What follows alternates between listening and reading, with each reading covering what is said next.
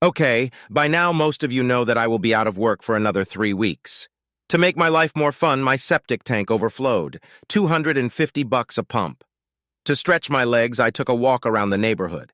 I'll be honest, 75% of my neighbors are jerks, but the few I like, I'll stop and talk to. I was telling my friend Brian about my septic problems and learned that he's been in the business for 11 years. It's not your tank. I'll bet you 6 beers that your filter is clogged. I didn't know septic tanks had filters, but they do.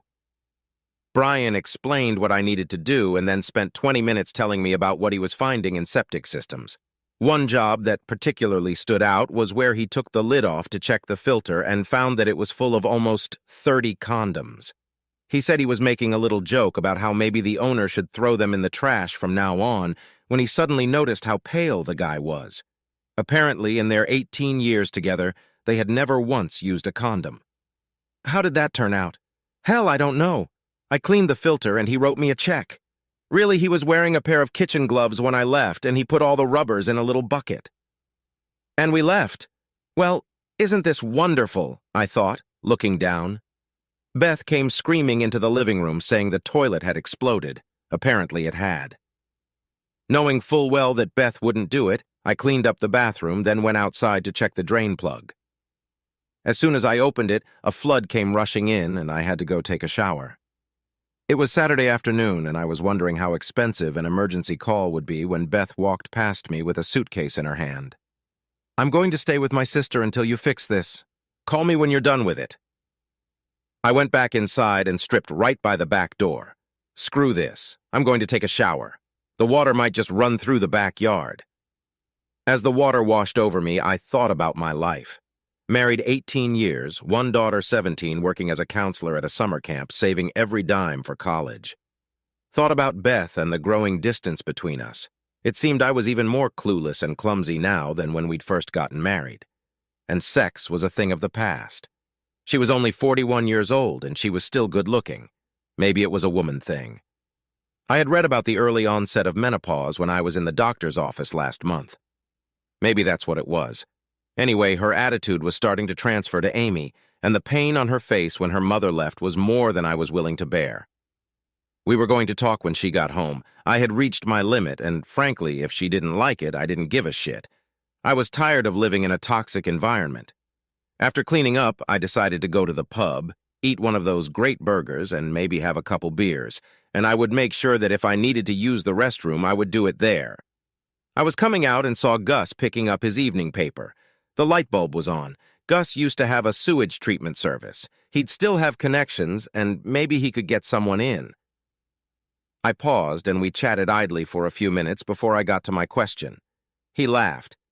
"You want to save $250? "Damn right I would. How?" "I bet the tank isn't full. I think your filter is clogged. All you gotta do is clean it out. Tell you what, I'll come by tomorrow after church and show you how to fix it." I was so happy I invited him and his wife to the pub. They spent the next 2 hours talking about the strange things they had pulled out of the sumps. It seems his wife, Mabel, was a dispatcher where he worked and would sometimes give him a ride if nothing was going on. One woman lost her wedding ring, and she paid to have the entire tank filtered in search of it, only to find it behind a plant on her counter. The other guy followed them to the dump. Apparently, he thought he was about to get caught and flushed $80,000 worth of cocaine down the toilet. They did find the cocaine, and he got a nice long prison sentence. The next day, they were at my place at 2:30. We found the lid and pulled it. There was the filter, clear as daylight. Gus told me to watch the hose while he pulled it. He started grinning about the time it was halfway up. His wife lowered her eyes and chuckled. "I found your problem, Chad. You might want to throw that in the trash from now on." I looked at what he was holding in his hands. My filter was full of condoms. 23, I found out later. I wondered stupidly how a pack of condoms had gotten into my septic system. Then I realized exactly how. There must have been something on my face because Gus and Mabel were silent for a moment. "I'm sure there's an explanation, Chad. Maybe you've had visitors lately? Or maybe Amy had some friends over when you weren't there." "Really, Mabel? Do you think I'll be having guests long enough for them to make it this many times? Or that my 17-year-old daughter is suddenly throwing parties?" "No, there's only one explanation. They spent another 45 minutes talking me down before they left." I waited until they left, got some thick rubber gardening gloves, and carefully collected the condoms, putting them in a triple-layer bag, then into a plastic container and putting it in the small freezer on top of my store-bought refrigerator. Then I went inside to think. Fucking bitch! A lot of things fell into place. We were done. No negotiation, no apologies. A consummated marriage. Only one thing kept me from pulling the trigger. I wanted to know who it was. I didn't bother to call Beth, let her stay where she was for a while. I needed to make a plan. I spent the rest of the day at my store. Amy needed to be picked up the next day, and I had already taken a vacation day for that. It was the first time I had seen her in 7 weeks. She gave me a big hug and told me about some of the adventures she'd had arguing with 11-year-old girls who thought they were 20. Really? That young? Man, am I getting old? It wasn't until we were almost home that she asked about her mother. I told her about the septic tank. So it's already fixed? Yeah, it's already fixed. Does your mom know? No, I tried calling last night and this morning. Remember, she was supposed to be with me when I picked you up. We had a whole day of family activities planned. Amy pulled out her cell phone and called her aunt. Is Mom there? No, honey, your mom's at work. Oh, good. Then why did everyone say she wasn't there when I called? Here's the thing. Mom better call me back from the office phone, not her cell phone, in the next 20 minutes. If not, I'll have my dad drive me to check on her. And if she blew off her own daughter over some stupid business, that little bird is going to sing to her dad. I know something. 20 minutes. 30 minutes later, she called, out of breath. Hi, honey. I'm so glad you're home. Yeah, I realized that when you came out to meet the bus. I had something come up. I can just bet. Goodbye, Mom. She called me ranting about how disrespectful she was. Well, look who taught her. It'll be tomorrow before the tank is pumped out. Amy's going to be at my parents' tonight if you're interested. I won't. I hung up the phone and looked at Amy. She sighed. So you found out about it. What are you going to do about it? And before you get mad at me for not telling you, I found out about it at summer camp. Jenny, my best friend, had a cousin named Tony who has a boyfriend named Jack who lives 3 houses down from us. He told Tony what he saw, who told Jenny, and Jenny told me. Well, then it's straight from first-hand experience. That must be gospel. Sarcasm doesn't suit you, at least not with your daughter. I was going to tell you about it tonight. What are we going to do? You're going to graduate high school, have a senior prom. You're probably going to end up in a single-parent household. No matter how old you are, the judge will probably let you choose who you want to live with. I'll respect your decision if it's your mom. Just tell me you won't cut me out of your life. What do you think? I think you're a pretty clueless guy most of the time. Of course I'm going to choose you. I could never manipulate her the way I can manipulate you. She spent so little time with us, even in the same house, that I bet she wouldn't be able to pick me out of a crowd. But what I really need to do right now is get the taste of camp food out of my mouth. I would kill for a decent pizza or a good burger. So if you want to get to the heart of your only child, do it through my stomach. I took her to the local pizza place and watched her destroy 3/4 of a large meat lover's pizza with added cheese. She leaned back in her chair, burped, and asked me what I was going to do about her mother. She acted mature and tough, but I could see the little girl in her eyes. This was going to be hard for us. I took her hand. Let me tell you, Andy, what my priorities are. First, I need to be absolutely sure I'm handling this right. In the coming months, I need to figure out how to minimize the impact of the divorce on you. Right now, you are the #1 person in my life. I want you to be as safe and happy as I can make you. A lot depends on how your mother reacts. I promise you I'll do everything I can to keep you out of the center of things. But, Pumpkin, if what I suspect is true, my marriage to your mother is over. It's been a surreal conversation with our daughter, but I've always asked her to be involved in important family decisions since she turned 14. Of course, some decisions she couldn't participate in, but I tried to involve her in everything else. When she was 15, we needed a car. Although Mom wanted a small sports car, she agreed with me in favor of an SUV. I ended up driving anyway, taking Tony and her friends around the neighborhood, and Beth got her little car the following year. I was the one who taught her to think before making a decision and to consider all sides before giving advice. This has benefited her by making her a born leader and confessor for her group of friends. You need to figure out how to keep house, at least until I graduate. Then give it to her if it helps you financially. I'm still going to declare, right? The money will be there, won't it? I hastened to assure her. Honey, there's enough money in your endowment to get you through the first 3 years. Even if your mother doesn't help, I'll have plenty of time to find the money to pay for your last year of schooling. I give you my solemn promise. We returned home and I left her to unpack and think.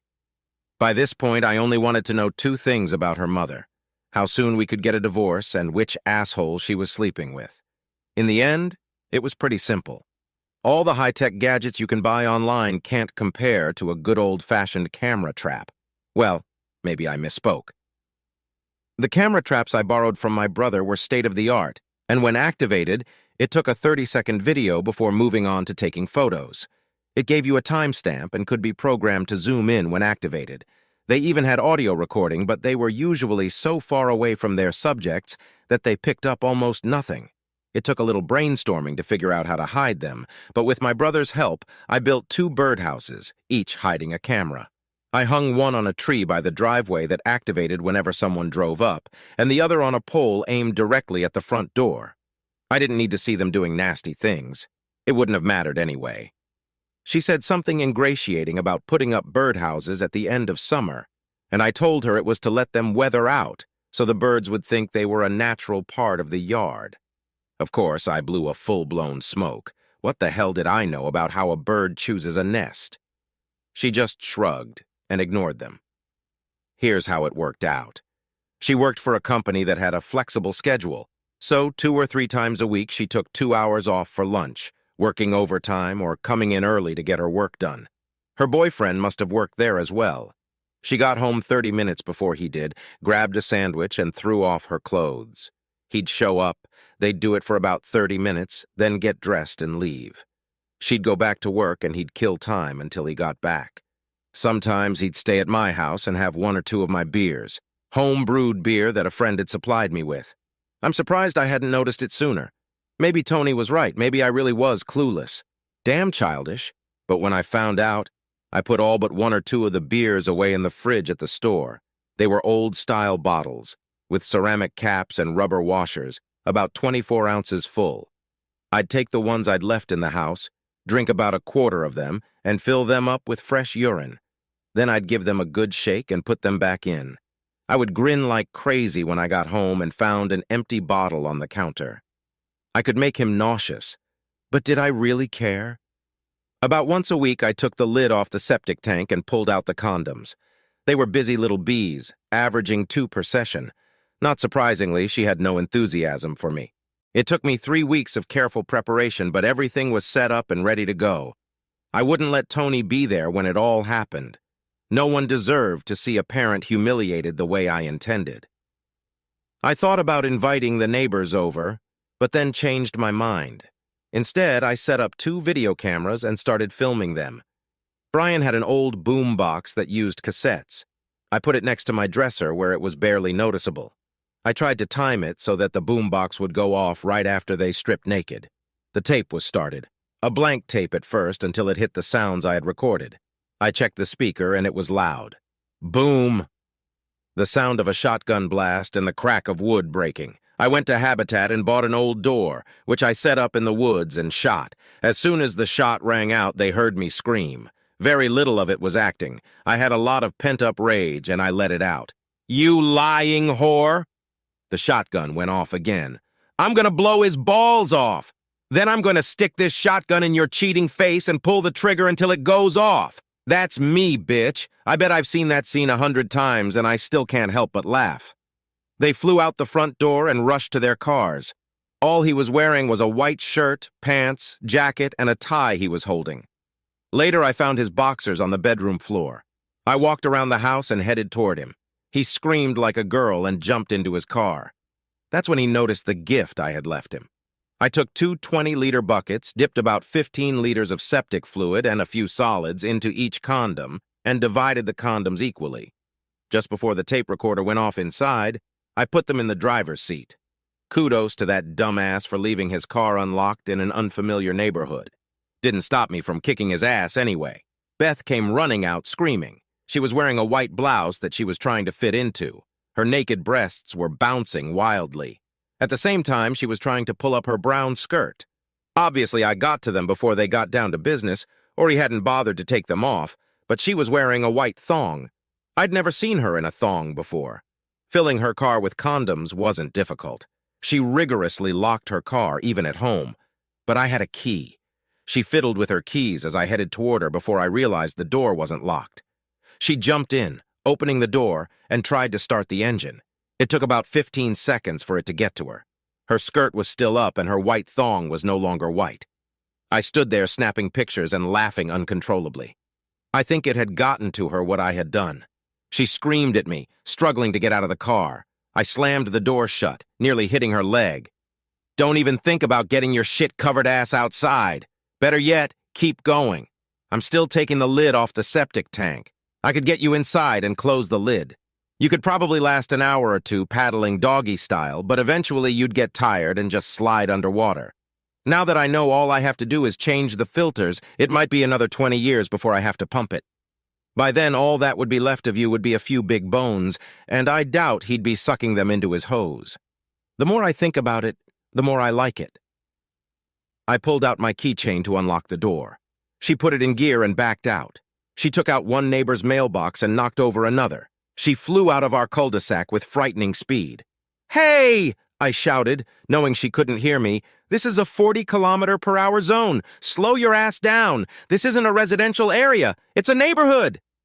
Okay, I was a big fan of Bill Cosby and Richard Pryor until I found out what a twisted asshole Bill was in real life and what a drug addict Richard had turned into. That line was from an old comedy album my dad had. I can't remember who exactly said it. I told Tony what I had done, leaving out a few details when she came home from school. She was shocked that her old man could do something like that, but then it impressed her. And people wonder who I inherited my personality from. It's just priceless. You're not angry about the way I treated your mother? No, you didn't hurt her physically and she kinda deserved it. I bet she'll remember this day for a long time. Now come on, you can help me pack her things, and be careful. You've already gotten your revenge. So we carefully packed her clothes, cosmetics, and jewelry. When Tony found the sexy lingerie, she took a pair of scissors and cut everything in half. I guess the apple doesn't fall far from the tree. Mom's not answering her phone, she told me as she walked out with the last batch. She's at Aunt Gwen's, I just talked to her. I think she owes Mom a debt of gratitude for covering up for her little adventures. It's a shame Uncle Jack found out anyway. I'll be right back. You've got her in your crosshairs right now, Dad. Maybe we should think about changing the locks tomorrow. It was 3 hours before she came back. Mom was just desperate. She kept saying over and over again that it wasn't meant to be. I think she's feeling some serious remorse about her choices. If you can believe it, she wants to come home. I convinced her to give you a few days to calm down. Aunt Gwen followed up by asking me if I thought you could get over it and take her back.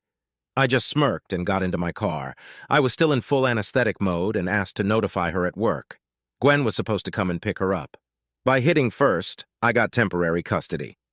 Even though I threatened to show everyone my tape, she contested the divorce and convinced the judge to schedule counseling. I was adamantly opposed, but my attorney advised me to suck it up and play along. 8 sessions. To my surprise, some of it I even liked. The woman we visited was our age, moderately attractive and well-built. I noticed she didn't have a ring. At the very first meeting, she asked us what we hoped to get out of these classes. Beth went first. I want my husband and daughter back. I want to come home and rebuild our marriage.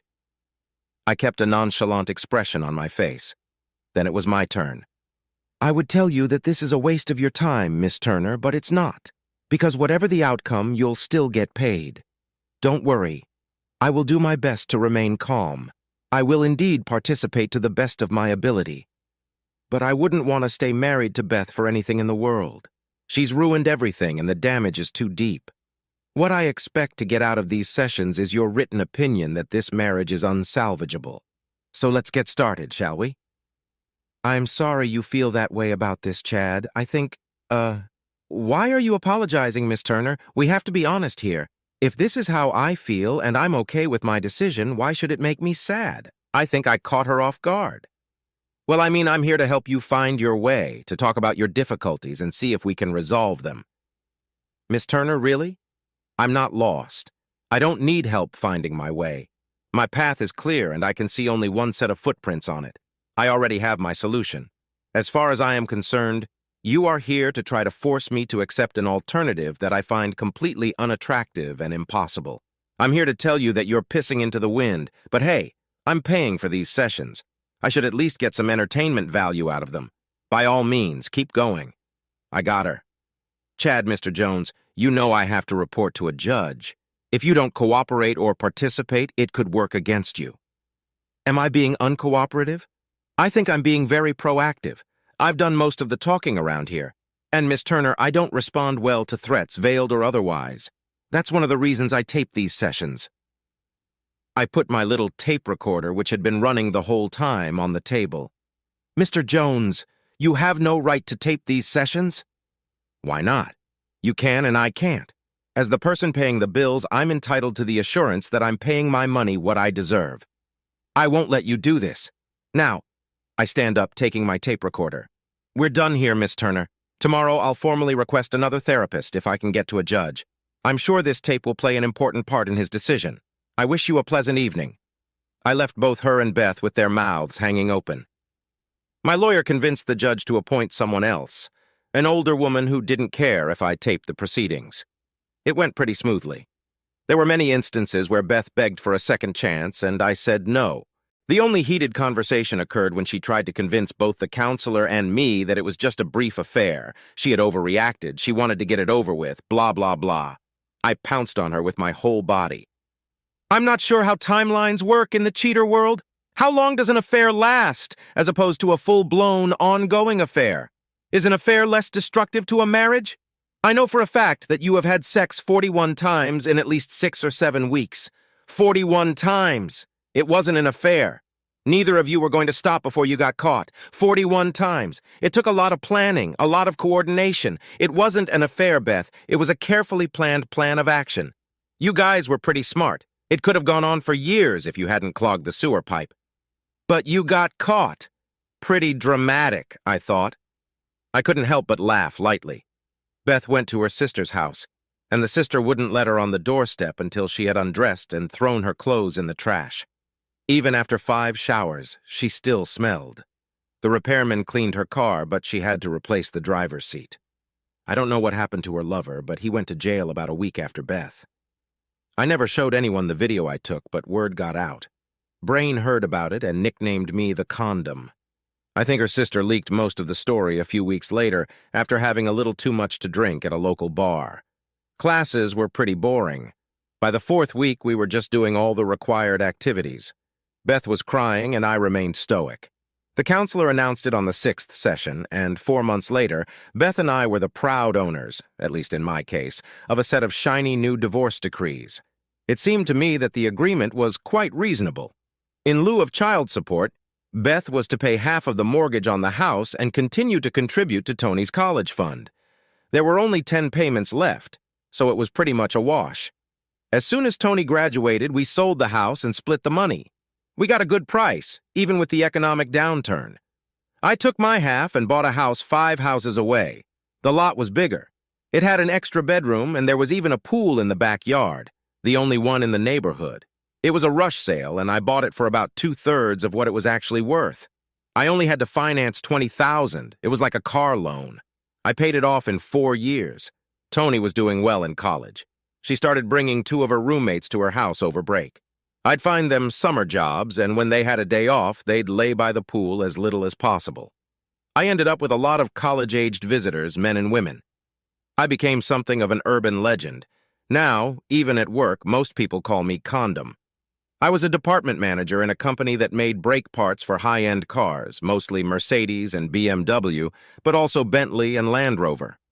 I was earning what many shift supervisors in other factories were earning. I was good at my job, and my bosses were happy with me. I didn't even think about a relationship until Tony went into her 3rd year of college. I didn't really want one. Oh, I'd had a few girlfriends with benefits over the years, but nothing serious. Then Colette went to work. She was asked to head up another department. We talked, mostly about work, but once a month the managers would go to the local pub for some fresh air and relaxation. After 3 months, I asked her out, and she said yes. There was a spark there, but we took our time with it. It took almost 4 months before we started to get closer. I felt that if she was going to be in my life, she needed to know my story, so I told her the whole story of why I got the nickname Condom. She seemed a little surprised, then had a hard time hiding a smile. Soon she was laughing. Then she told me her story. She was married, like me, to someone very much like my ex. I just stared at her with my mouth open while she looked tense. Suddenly, I smirked. "I think I love you," she smiled back. "You should know better." After a few more months, we decided we did. Tony loved her and understood when she couldn't bring her roommates the next summer. We needed bedrooms. Colette had a 16-year-old daughter and a 14-year-old son. Tony and her daughter Joy were bridesmaids, and her son Bill was walking her down the aisle. It was several months before we settled into the family apartment. When the time came, Tony showed the joy of graduating at her old campus, and 2 years later, Bill received a tennis scholarship. We are a few years older now. The kids came here for our 15th wedding anniversary. Tony is married and has 2 children. Joy has 3 children, and Bill brought her husband and adopted daughter. The grandkids were splashing around in the pool. The kids were watching them and cooking. We just sat there like honored guests. From where I was sitting, I could see a small piece of jewelry on the fence. Colette was quite a talented artist, and she painted accents on our mailboxes, birdhouses, and fences. The one I was looking at was so tiny it was barely noticeable, an inflated condom with poison ivy curling around it. "A reminder," she said. "We never needed it." As for what happened to Beth, who the hell cares?